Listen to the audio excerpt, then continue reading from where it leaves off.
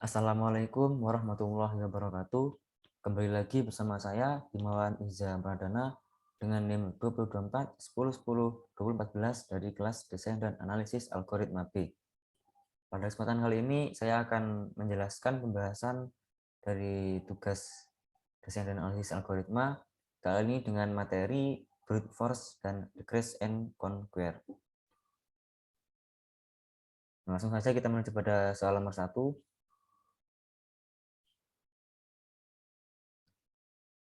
Soal nomor 1, sebuah array A 1 sampai N yang memiliki N elemen berisi N-1 bilangan yang terurut dari kecil ke besar.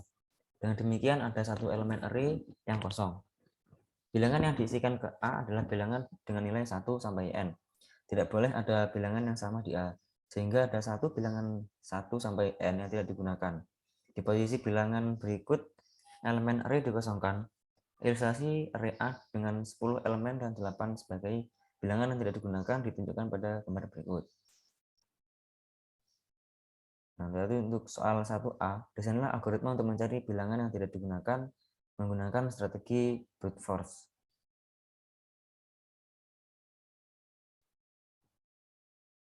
Baik, untuk soal nomor 1A,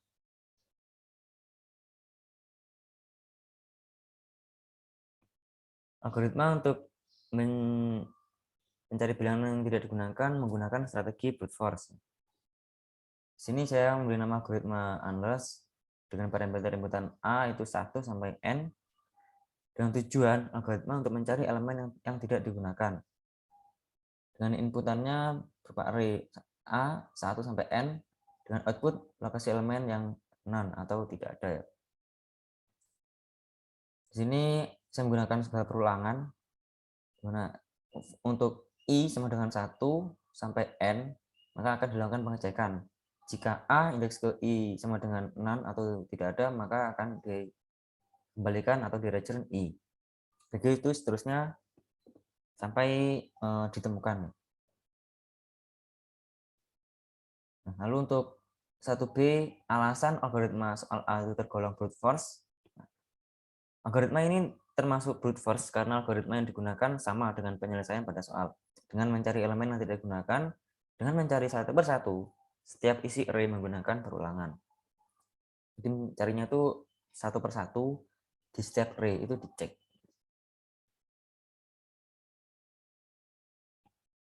Nah, lalu untuk yang 1C, untuk persoalan yang sama, namun bedanya untuk yang 1C ini mencari bilangan yang tidak digunakan tapi menggunakan strategi decrease and conquer. Bedanya dengan yang soal A tadi, kalau yang soal A itu kita mencarinya dengan bisa dibilang dengan kekerasan ya, brute force itu kekerasan.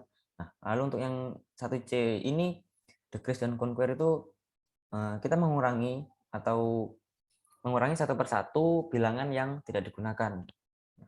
Di sini ada fungsi saya beri nama unless dengan parameter inputannya itu A ada dan juga ada awal dan ada akhir.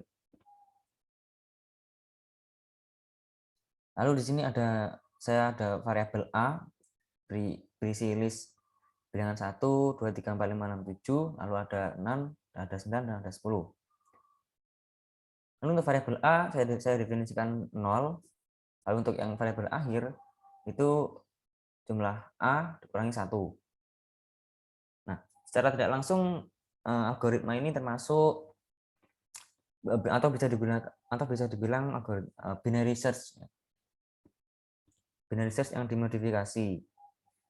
Nah, itu binary search-nya itu terletak pada fungsi yang terletak pada syarat yang ini. If awal itu lebih dari akhir, maka akan dikembalikan min 1. Nah, lalu di sini ada variable middle berisi awal tambah akhir bagi 2. Nah, apabila syarat ini tidak ada, akan ada pengecekan lain. Di sini ada A middle sama dengan none, maka akan dikembalikan middle tersebut. Nah, lalu apabila pengecekan ini tidak memenuhi syarat ini, maka akan dilakukan pengecekan lain jika non in middle plus 1 akhir, maka akan ada rekursi ya, pemanggilan fungsi ini sendiri dengan a middle plus 1 dan akhir.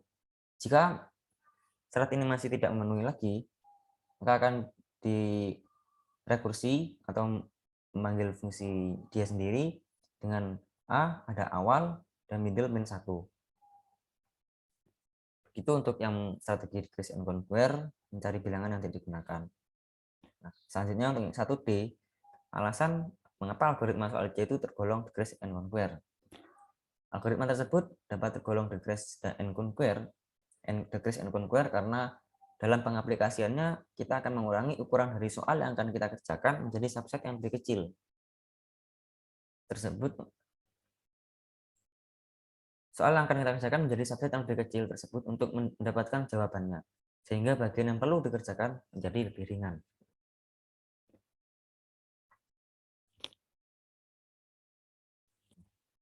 Selanjutnya kita lanjut pada soal nomor 2. Operasi perkalian bilangan positif A dan B didefinisikan sebagai B plus B plus B dan sebanyak A kali. Nanti yang A, soal 2A, disinilah algoritma untuk menghitung A kali B menggunakan strategi brute force.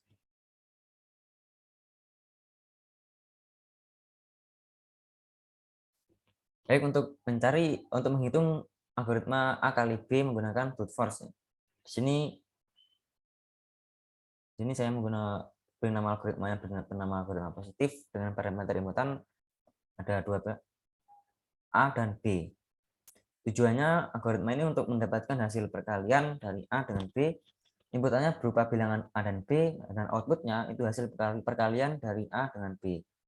Nah, di sini ada pengecekan ya. Jika A sama dengan 1, maka akan dirajin B.